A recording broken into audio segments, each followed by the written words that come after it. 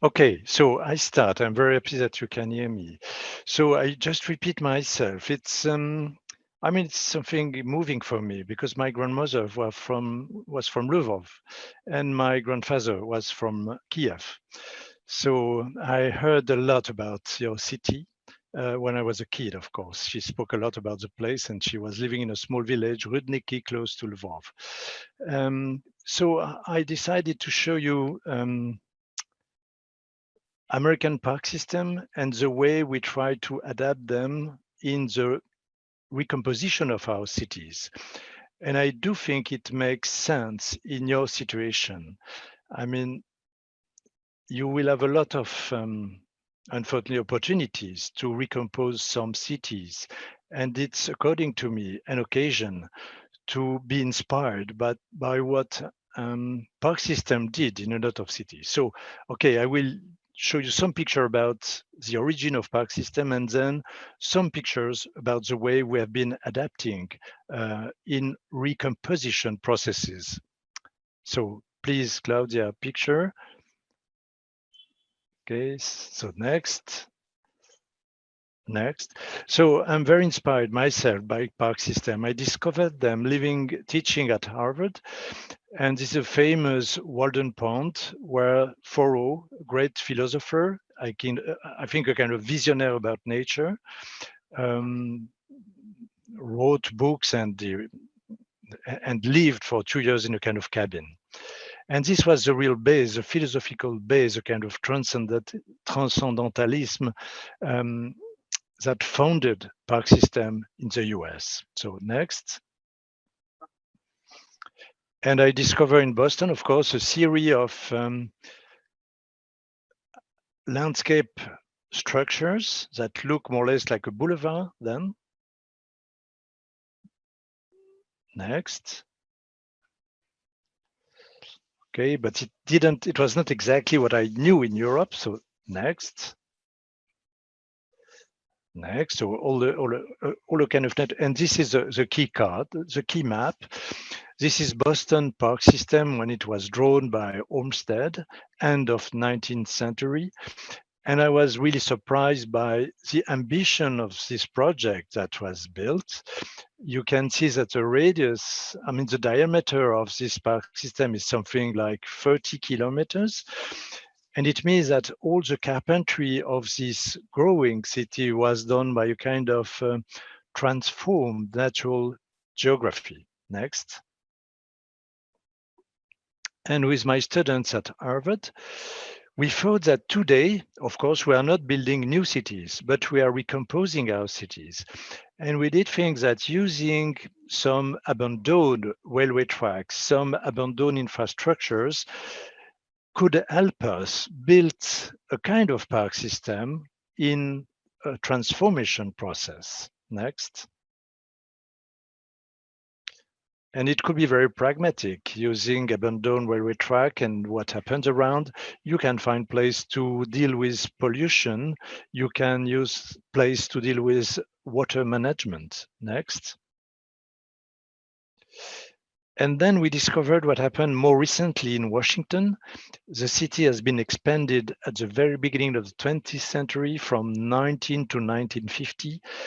And we have a lot of documentation and some photograph because the photography was invented. So next. So this is the plan, and we are speaking about the left part of it, which is Georgetown. Next. And the son-in-law of Olmsted made first a kind of survey about everything that was remaining from natural geography, and all these small creeks, these small rivers were used like a sewage system. And then they decided to transform them. Next. And they literally invented a way to do not only parks, but street, path, water management, planting. And this was the new addresses for new construction in the city. Next. And it's still valid a century after, where you are, of course, vegetation, but water management. Next. And all the road system, the path system. Next. And you see it's very contemporary because you have water, a path, bicycle track, cars, green. And it's very far from what we were doing in my country, by example, where first you make the sewage, then a street, a very straight street, then lampposts, then benches, and then facade.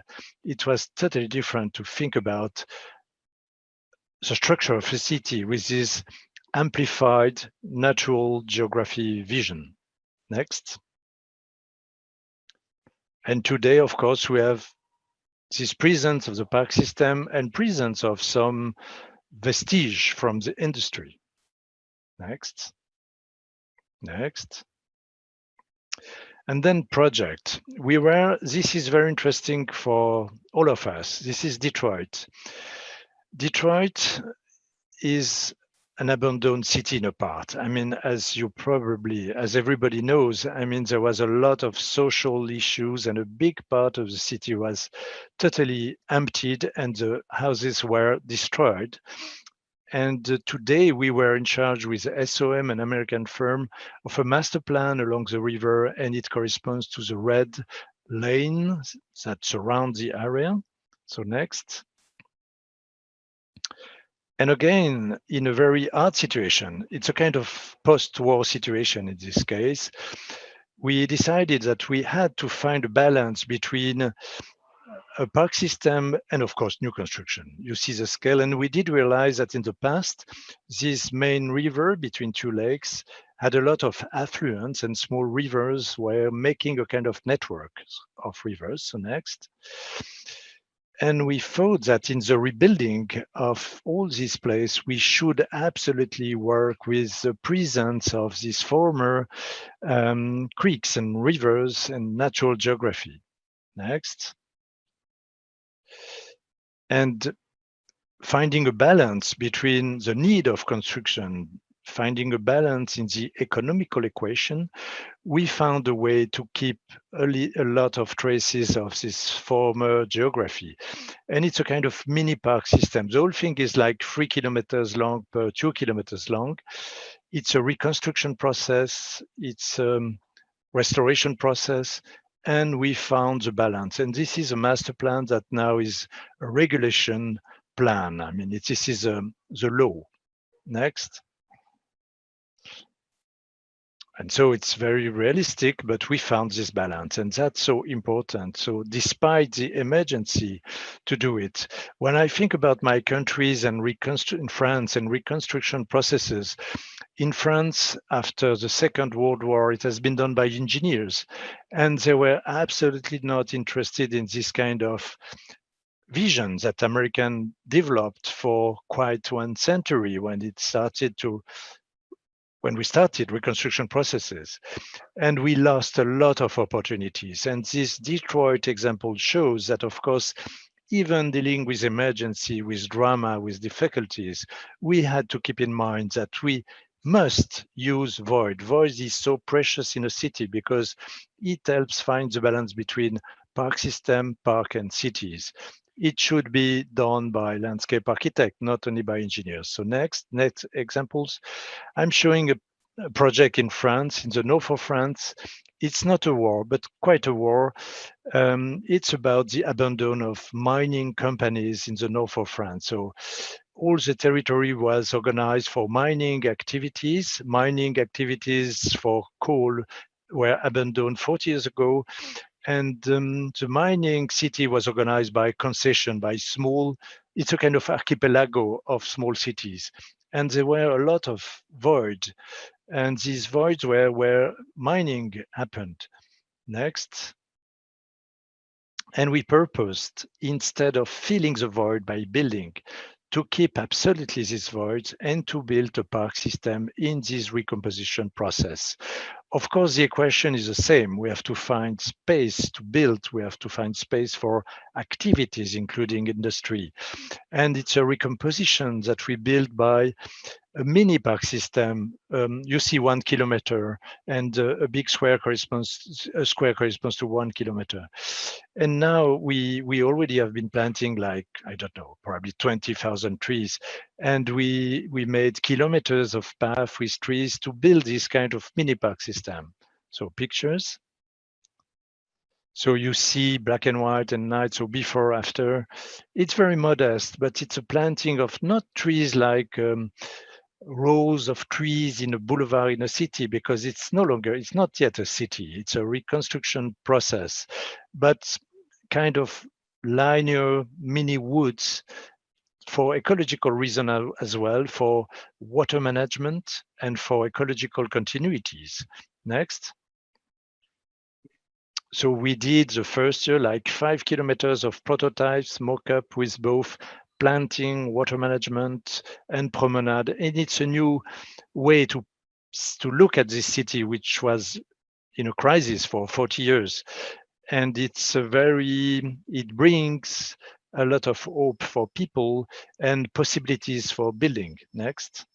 I'm probably too long. I'm speeding up. So you see all this network of paths.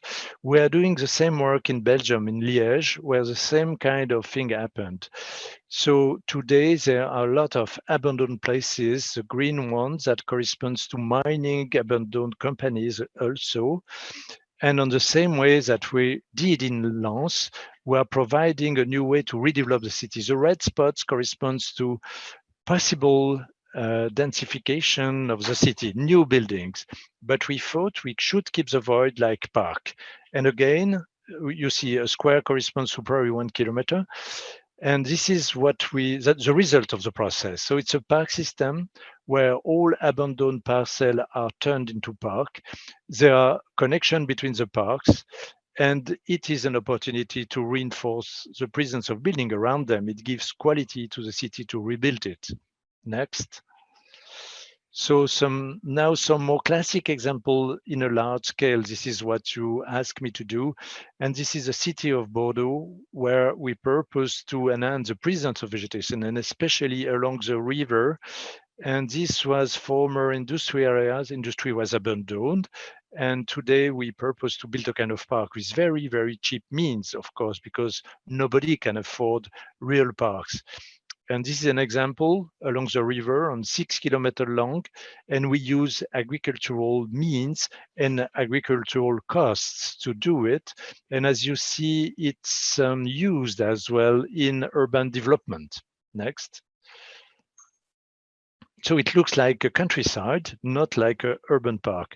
And I personally like this. So it's not about, because if not, I mean, in a reconstruction process, one could be really facing an impossibility. Costs are huge. Nobody can afford this, and parks are not considered. But we can use agricultural means. This is what we are doing in Bordeaux. Next. So you see, it's all about willows, poplars, grass, meadows, concrete, large meadows, block of trees, very economic means. And management in times is important for us. So Toulouse is an important city where we built all the framework for green on the city using streets. So it is part of the adaptation process for climate emergency and for sustainability and for ecology. And of course, in a reconstruction process today, this is something important as well, even if other emergencies are obvious and exist. We have to think about the need of adaptation for climate change. And that's a strong opportunity. And in Toulouse, they agreed to plant, hundreds of thousands of trees to give quality to the road system, to the street system. Next.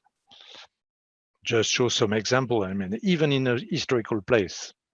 So we bring trees a lot. And Montpellier is another city where we have been planting in 30 years long. The black correspond to what we did. And what we are looking at is 3 kilometers long per two, and dealing with not a nice master plan, but with what was existing there. We propose a systematic plantation on 30 years, and we have been planting 25,000 trees. So next. And I just show you some stupid examples. So the new way to enter in the city, and the picture are 25 years old. Of course, it has been growing. Next.